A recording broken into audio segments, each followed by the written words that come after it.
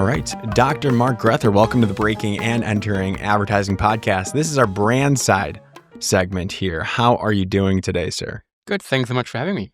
You are the SVP and General Manager at PayPal Ads. We're going to dive into PayPal Ads, what's going on today, how you got the doctor in your name, how you broke into marketing, and your best advice for the next generation of marketers. How does that sound? Sounds amazing. Let's do it. Let's get into it then. First off, tell me about yourself outside of work. What do you like to do if you're not working?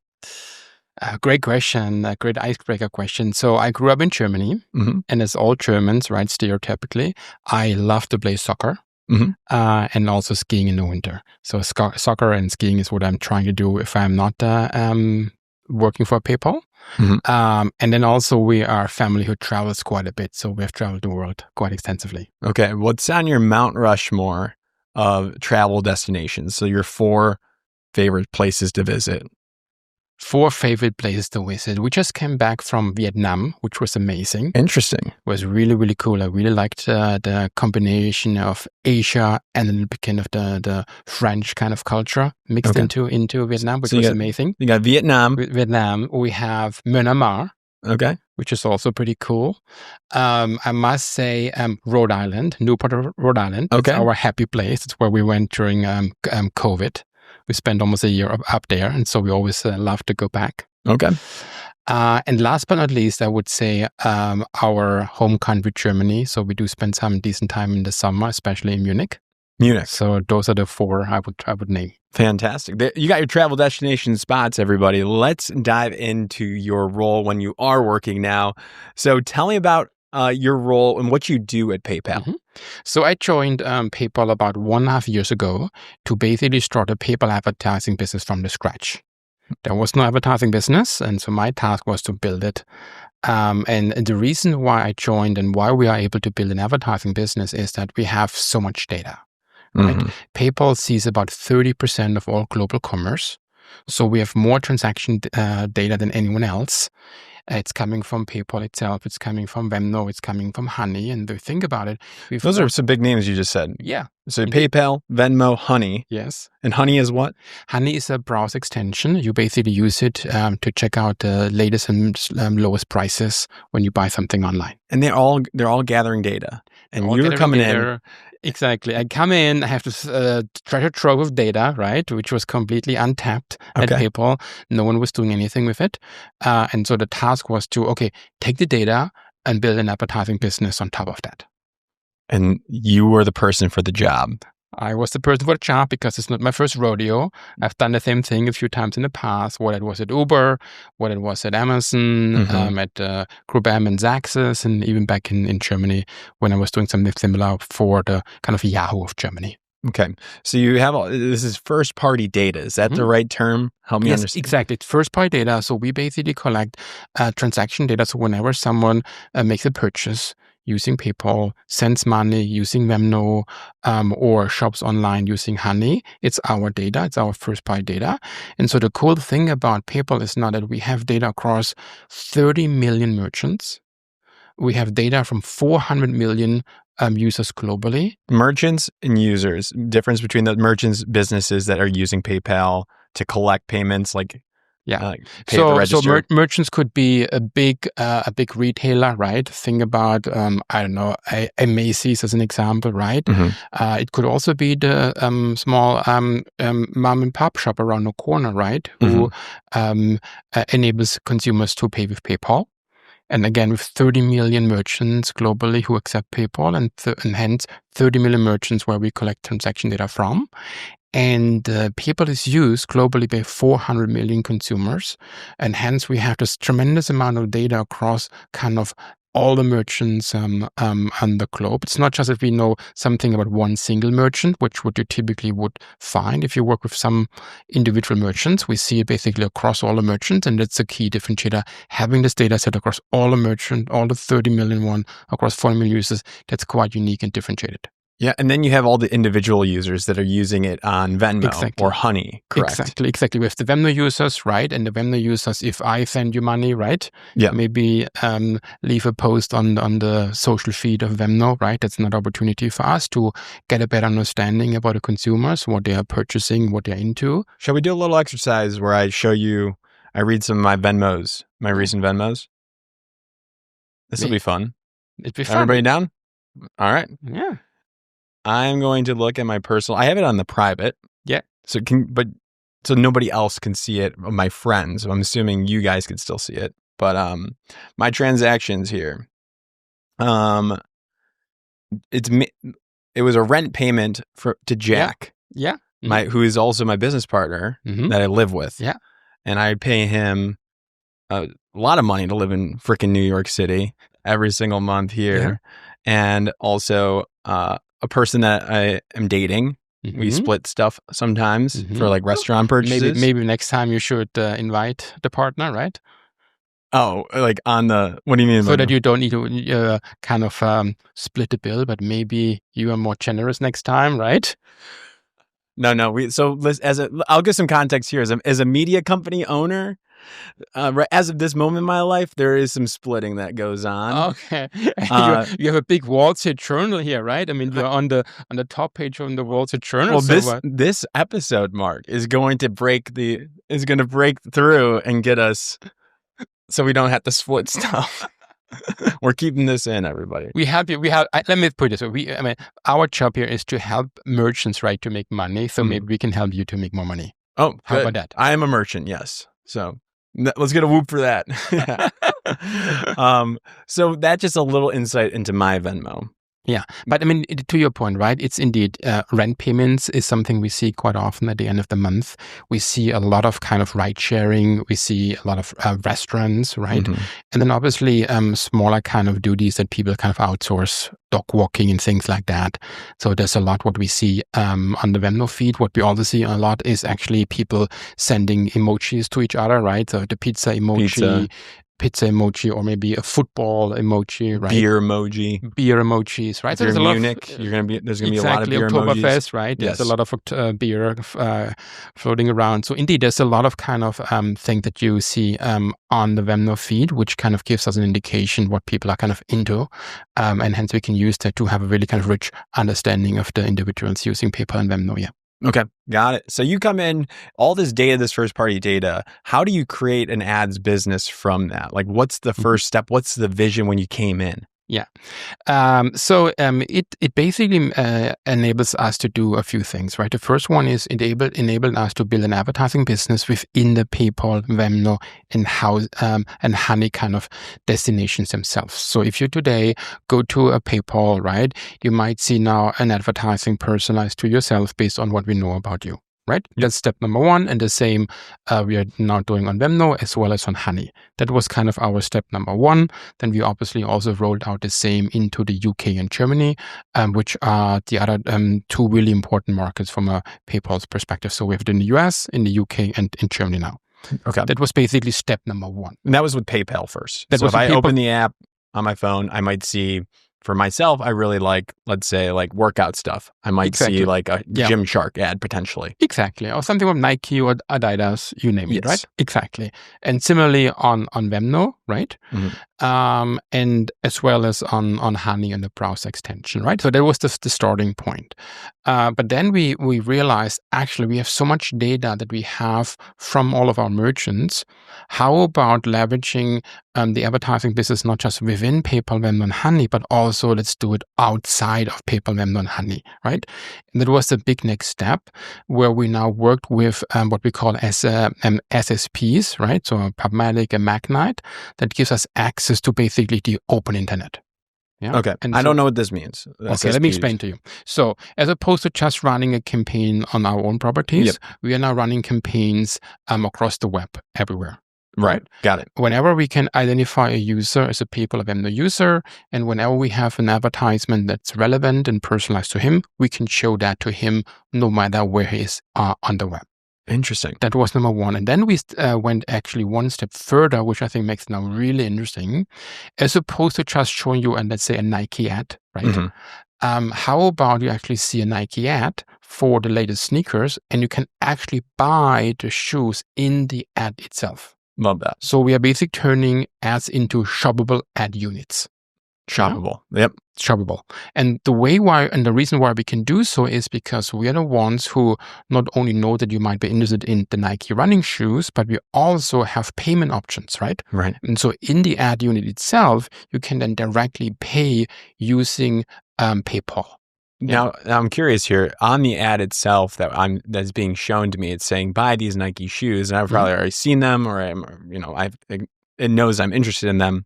Does it have a PayPal logo on there? Because I feel like that trust is needed for me to want to click and then give my information. Exactly. If I see the PayPal logo, that would make me want to trust it more. Exactly. Like, you see the PayPal logo, you see the Pay with PayPal button in the ad unit, right? In many cases, actually, we do not need your address anymore because we already have it, right? Yeah. We have your credit card details, right?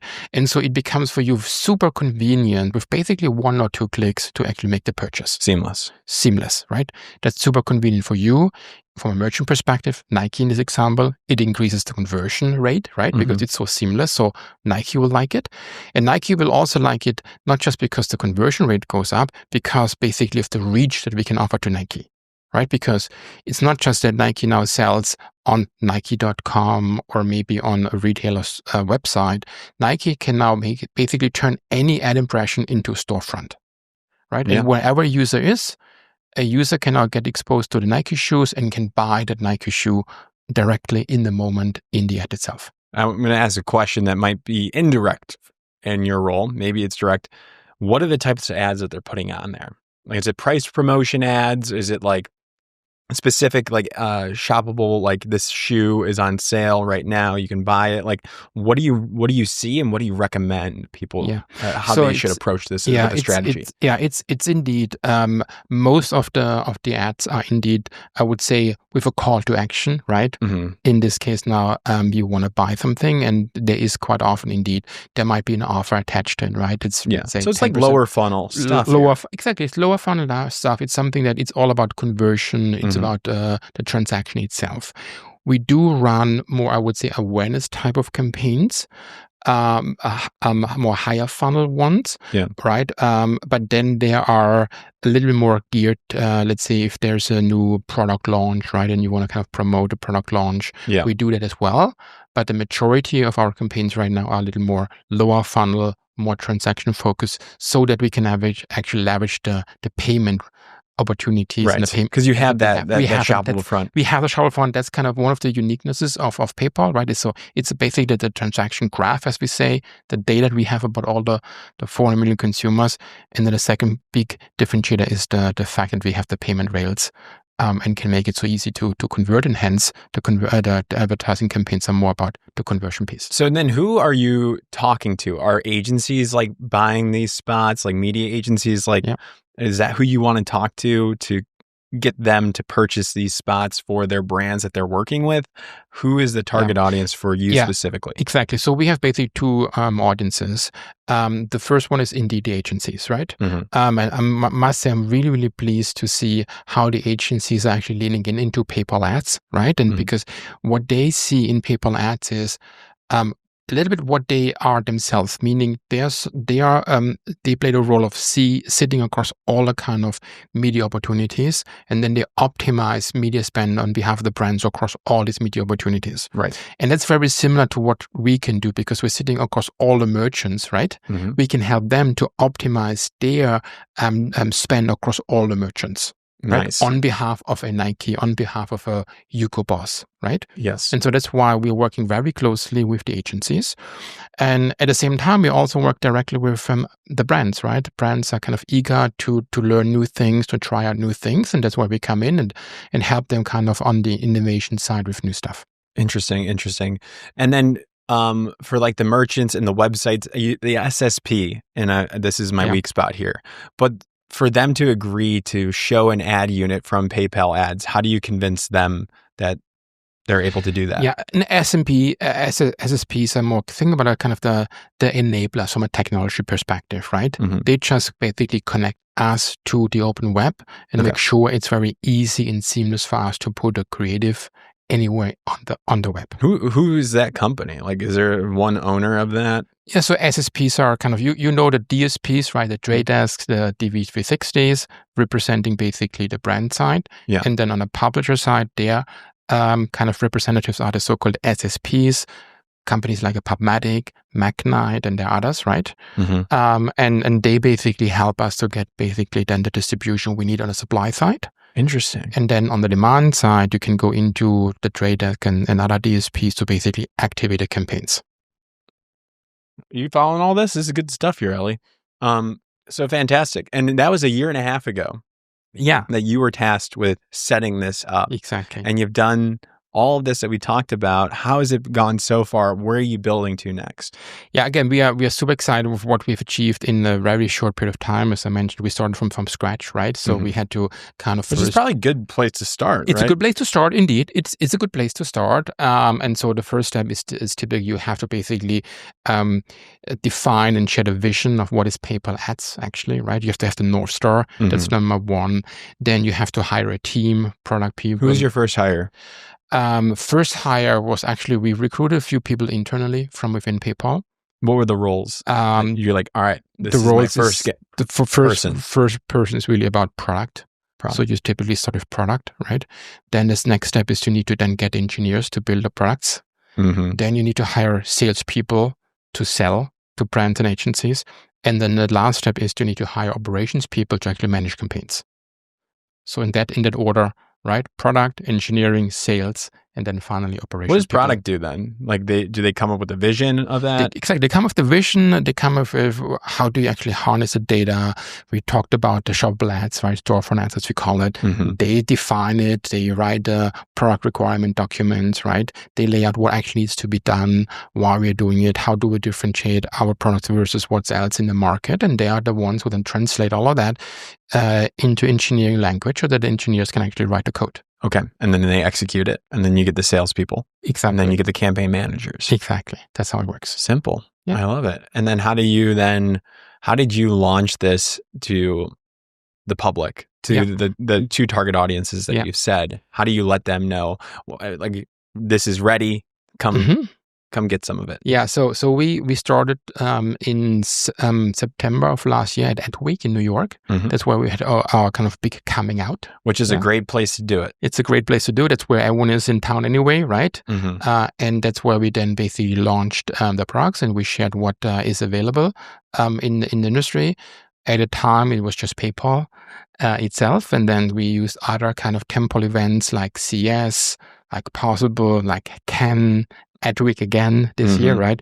And we used them as kind of milestones to announce the next iterations of the product evolution, right? So, for example, what we announced in this year's Adweek was now the opportunity for our SMB merchants to participate in PayPal Ads. We enabled them to. What's an SMB merchant? SMB merchants is the mom and pop shop around the corner, right? Maybe we had at stage a really fantastic person from Brooklyn. She has a soap company. So she's manufacturing soap and she's selling soaps, right, in Brooklyn, in your neighborhood. Really fantastic person. And she is now part of the PayPal advertising program. And for her, we basically provide to her two benefits. The first one is she can actually earn money, by making her inventory, her eyeballs available in the PayPal Ads Manager. So she can earn whatever $500 extra a month, right? Which makes a difference. So in her storefront, if she uses PayPal, she can then have the opportunity to show ads. Exactly. She should agree to that. Mm-hmm. She get money right there. Exactly. She agrees to that, and then she gets money right there with no work, right? Yep. Easy peasy. And then the second piece is we can help her then to efficiently invest money, right? So that she can attract more consumers to her store. What does that mean? So invest The money, her Meaning, money, or into other ads that she's placing? Exactly. She then places ads, right, on other websites to then attract consumers to her store. So I'm an SMB, which I am. I would launch ads on my checkout page. Yeah. Take the money that I get from that and reinvest it into more ads. And then in theory, that should drive more sales to my business. Exactly. And hopefully make more than I spent. Exactly. In a way, right? We help the SMBs, the merchants, to actually get free extra consumers. Yes. Right? Because they never made money in the first place. So we help them to make money that they didn't even aware that existed. And then we can help them to either pocket the money if they like to, or reinvest the money into an advertising campaign which brings in more users and more. Do you help them create the creative, or is it? We can kind of walk them through that. We can help them to do that. Yeah, that's great. Yeah, and nowadays with AI, that's relatively kind of much easier. I would say, like in private times. So it's an easy way to do that. Yeah, I love it. I love it. Yeah, I saw that. That was a great presentation. And it's a cool kind of flywheel, right? Yes. And so that's one of the ways of how we're helping our merchants to kind of get more value out of PayPal. Now, this soap saleswoman, as long as the ads that show up on her page are not for competitors' soap products, of course, and she can control what she wants to allow on her page and what she does not want to allow, right? Yeah. And of course, it wouldn't put in a competitor on her website, of course. Then to me, it's a no-brainer. It's a no-brainer, indeed. Amazing. Well, I want to switch gears and understand how you broke into all this. You are a doctor. Yeah. What does this mean? When did you realize that you wanted to break into marketing? That's I grew up in Germany, right? And so I got my MBA in marketing. I was at the University of Florida, and think about it, it was Florida. Oh, Gainesville. A great school. Did the master there in 1995. Nice. Were they good at sports then? They were really good at sports actually at the time. Yeah, really good. Who was the football coach then? I can't remember. We can look that up. But I think it was really one of the best times that they actually had. Right, it was really amazing at the time. But what was also amazing now from a marketing perspective, again, think about 1995. They spoke about kind of virtual assistants helping us to do our online shopping.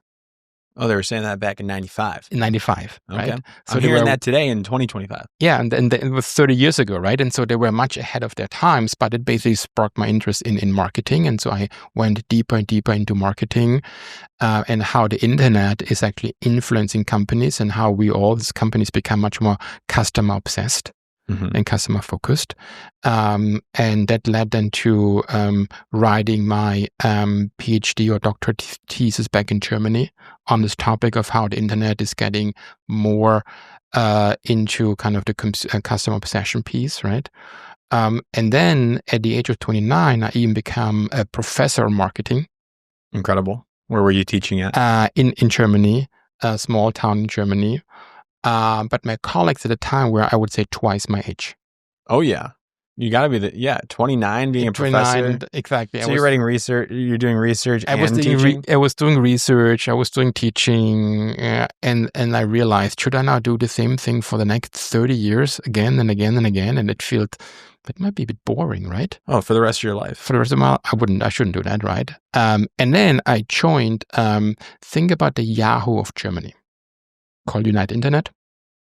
And so the task there was the first time to build a business from the ground up to do exactly the same thing what I'm doing at PayPal. Oh. We had data about consumers, right? They went to the website, they checked out the sports scores, they checked out stuff in finance or in travel. And then we had all the emails that people were actually kind of reading still on the web browser. Yep. And the idea was, how can we actually use the data from finance and sports sections and travel sections to basically build audience profiles? Oh, yeah. To then show consumers, after they read their emails, relevant kind of advertisement. Wow. So you've been doing this. And so I was doing it again and again and again. Looks like I can only do one thing, taking data, right? You are the expert. And then building advertising business on top of that. But again, if you basically go one step higher and abstract about it, at the end of the day, all companies, you can almost divide into two kind of lines of business. There is a B2C business. Think about Google, think about Meta, think about Uber, think about PayPal, right? Where people basically using the platform they search something, they upload something on Facebook, they take an Uber ride, they make a purchase on PayPal, when actually that participation of the platform means we can actually collect data about the consumers, right? So the B2C business is all about data collection. Mm-hmm. And how can you collect data in the most efficient way, and data that's really powerful. And then the second piece is the B2B business, which takes the data and monetizes the data in the form of advertising. Yeah. And that's basically where I come in. I'm the one who's then building the B2B business, who takes the data and then builds an advertising business from B2C to make it B2B. Exactly. From B2C in to theory, B2B. every company could do this if they have enough data, enough users, or even it could be probably strong data, like even if it's not that many users, but it's like strong. Exactly. It can be strong data, right? You have to have some sort of scale, right? Otherwise, if the advertising is too small, advertisers may not care. But if you have enough scale, differentiated data, then that's where you would build an advertising business. And as you can imagine, the margins of that advertising business are way higher than the margins that you would generate on the B2C business, which is why it's so attractive for now every retail media company, right, to build their kind of advertising business, or why it's so attractive from a PayPal perspective to build an advertising business, especially like PayPal. If you have more data than anyone else, it's a no-brainer to build this advertising business. Right. Yeah. So then what would you say to like an entrepreneur then that's just starting out, that, they to get data, to get information, to then convert to a B2B business later on? What should they focus on? Again, first of all, I think it's really important to understand this kind of two pillars, the B2C and the B2B business. I think that's really kind of important to kind of understand that, and then figure out how can you actually collect data that's on the one hand really powerful, but also cost efficient in the way you produce the data, right? So let me give an example. If you upload something on YouTube, right, and people are watching it, that generation is much cheaper compared to shooting a big Hollywood movie. Right. So the data production costs is in a user-generated environment much lower versus in a professional created environment, as an example, right? And then again, the second piece is the B2B business is really about, as I mentioned, you have to kind of take the data, you build your strategy, you build the engineers. Nowadays, a lot of that can be used with third-party technology tech stacks, right? You don't need to build everything in-house anymore. Right. You need to more connect the stuff together, and then you hire salespeople and you're off to the races. But one step back for that is, I think, to come back to your question about the advice for entrepreneurs. One of the things that I realized in my career is that it's really important about picking an industry that is actually growing. Yeah, it's. I would say that's for me almost the biggest advice. My kids are now 11 and 16, right? And if I give an advice to my 16-year-old, is pick an industry, obviously, that you're passionate about, sure, but pick one that is really growing. Right. It's much easier if you are in an industry that grows, right? Because then everything is becoming bigger, right? Your own role is becoming bigger. You can hire more people. You can do more stuff. As opposed to if you're in an industry that's not growing, suddenly if you want to get a bigger job, someone else needs to accept a smaller job, because the pie is not going bigger, right? In such an industry. So pick an industry that's growing. Eventually pick a country that is kind of having positive growth. Pick a city that has growth. So whenever you are attached to growth, it's much easier to actually build your own career in such an industry. Oh, so you can apply that to all these different variables. Absolutely. Yeah. Interesting. Understood. And that's good advice for anybody trying to look for their first job. Or maybe their career switch as well. What else do you recommend for those that are trying to break into marketing or advertising? From what you know now, what would you tell your younger self if you're just breaking in today? Which path would you go down? I think another key element for my success was kind of this kind of idea of left brain and right brain. Meaning that we talk in marketing a lot about data. Now we talk about AI and all of that, right? It's very kind of now analytical driven, but at the end of the day, we are still humans and we act with emotions and we make decisions with our gut, not with our brain. And so if you now can combine basically the the data, the AI element on the one hand, and apply that to how we actually then make decisions based on emotions and have a really deep understanding of how consumers respond and react, I think that's super, super critical. It's also very important to understand, we spoke about hiring a sales force, that a sales force needs to truly understand what is it that actually keeps your kind of brand awake at night, right? So you typically, the first step is you have a deep understanding of the brand. That's why we talk about things like customer obsession so often, right? You need to really be customer obsessed. You need to really understand what keeps them up at night. Mm-hmm. And then you need to be able to show, okay, this is what anyone else would provide to you as a solution, and here's why I'm much better. Yes. Yeah. But having this almost kind of formula, right? 3 steps: deep understanding, here's what everyone brings, here's how I can differentiate. That will go a long way, as opposed to just pitching, here's my standard pitch. Right.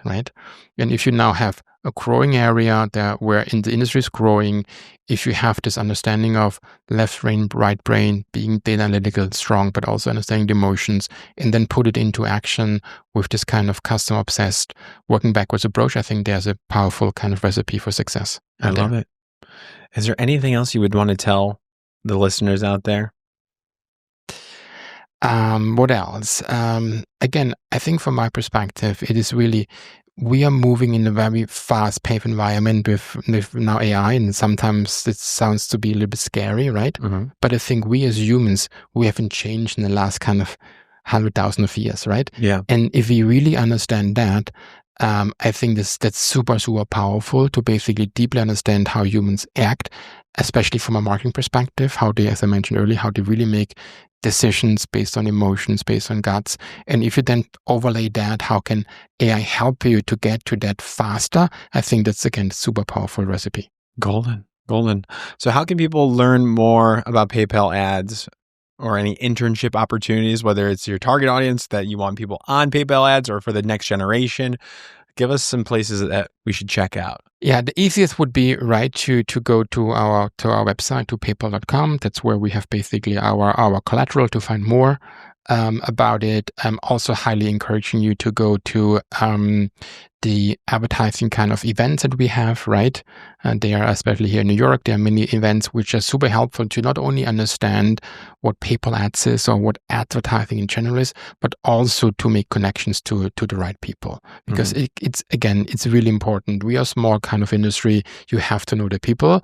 And so being in these events in person as opposed to just in Zoom is super, super important. And then, yes, of course, as I mentioned earlier, we are in the mode of growing your business, which means we are hiring. Yeah? Good. And so if people are out there who want to join us, come check us out, and hopefully we have a space for them. Incredible. Well, Dr. Mark Grether, thank you so much for coming on and sharing this. This has been a pleasure. Thanks so much for having me. Thank you. And while we're still rolling, I want to do a mock interview for a sales role. Because that's got me interested. So let's say that you're interviewing me for a sales role for PayPal ads. From what I've learned here, this is bonus now. Let's see if I can sell it. So treat me as an applicant. Okay, let me just think about it. Okay, so we think about PayPal advertising, right? Mm-hmm. And your challenge is to sell PayPal advertising to Nike. Yeah. So I'm now the CMO of Nike, okay, right? And your job is to sell PayPal advertising to myself as the CMO of Nike. Okay, let's do this. Okay. Hello, Mr. CMO. Thank you for taking the time. My name is Gino Schellenberger. I work at PayPal Ads. Listen, this is exciting times. PayPal, as you know, super well trusted. That's why we're probably talking today. I think a simple way for any brand, as including Nike, to make more money, to make more impressions, to get your brand out there, is you use PayPal Ads. This is the opportunity now while we're growing to get PayPal, the brand, and the trust that people have, and Nike together. And really, you don't have to do much. You just allow us to place these ads, and then people that see the ads click on it and buy the best shoes in the world for running, and that's Nike. Mm-hmm. What do you say? That's amazing, but That was pretty good. That's amazing. That's really, really amazing. But my challenge is that right now, we spend so much money on Facebook and on TikTok and then Google search. I don't know whether we should spend more money with them, or tell me why we should spend less money with the Facebooks and the Googles and the TikToks and more money with PayPal ads. Well, you're going to be making money with PayPal ads. So you're not even going to be spending any money at the end of the day. How am I making money with PayPal making ads? money because, you'll have to allow ads from PayPal on the Nike platforms, which is seamless, super easy. We can get that started right there. And that influx of cash will then surpass what you're spending on PayPal ads. Interesting. You helped me to become a profit center within Nike as opposed to a cost center. That's right. I like the idea. I like the idea a lot. Can you give me an example of what ads I should run on Nike.com and where? Well, really, it's your only job in here is to tell us what ads you don't want us to run. Okay. Well, I don't want to run, let's say, Adidas. Absolutely not. We would never. And we can make sure that none of your competitors or even potentially future competitor ads will ever show on the platform. And then we can even go into other categories that you don't want on there too. Nice, pretty interesting. Because again, I get so much pressure from my CFO. Why are you spending so much money, right? And you ask for another 100 million in marketing. But if you indeed can help me to become a profit center, right? That's really compelling. Let me think about that. We can start right now. Thank you.